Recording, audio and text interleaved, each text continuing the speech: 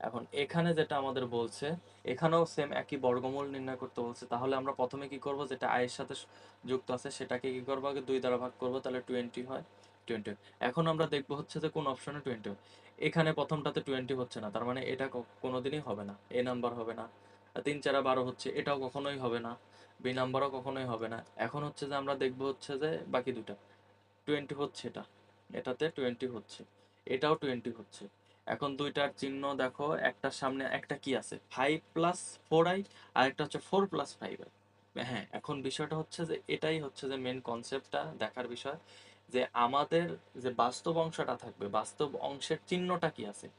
বাস্তব অংশের চিহ্নটা যদি হয় পজিটিভ, বাস্তব অংশের চিহ্নটা যদি হয় পজিটিভ, পজিটিভ যদি হয় আমাদের, পজিটিভ যদি হয়, তাহলে আইটা কার সাথে থাকবে। যদি পজিটিভ হয় তাহলে আইটা হবে কি আমাদের ছোটটার সাথে।